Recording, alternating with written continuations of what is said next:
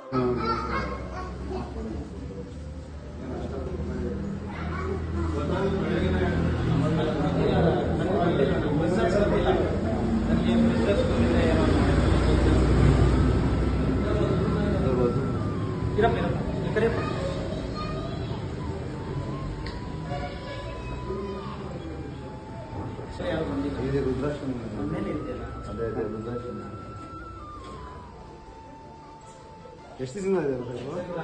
6 ತಿಂಗಳು ಮೇಲೆ ಆಗಿದೆ. ಇವರು 3 ತಿಂಗಳಾಯ್ತು, ಅವ್ರು 3 ತಿಂಗಳಾಯ್ತು. ಇನ್ನೂ ಒಬ್ಬರು ಇದ್ರು, ಎಲ್ಲ ಮುಂಬೈ ಅವ್ರಿಗೆ ಬೈಕಲ್ಲಿ ಕಳಿಸ್ಬಿಟ್ಟು ಜಾತಿ ಪತಿ ಏನಿಲ್ಲ. ನಮಗೆ ಎಲ್ಲ ಜಾತಿಯವ್ರು ಬಂದು ಮಣ್ಣು ಮಾಡಬೇಕು ಒಂದೇ ಆಸೆ.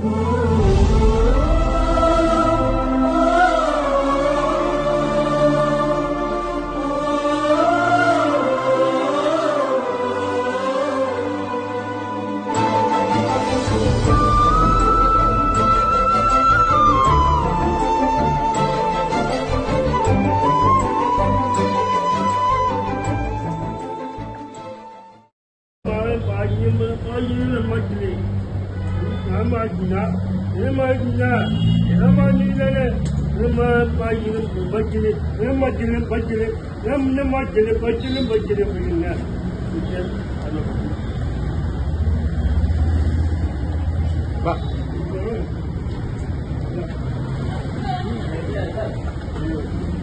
ಇಲ್ಲ ಬೇಲಿ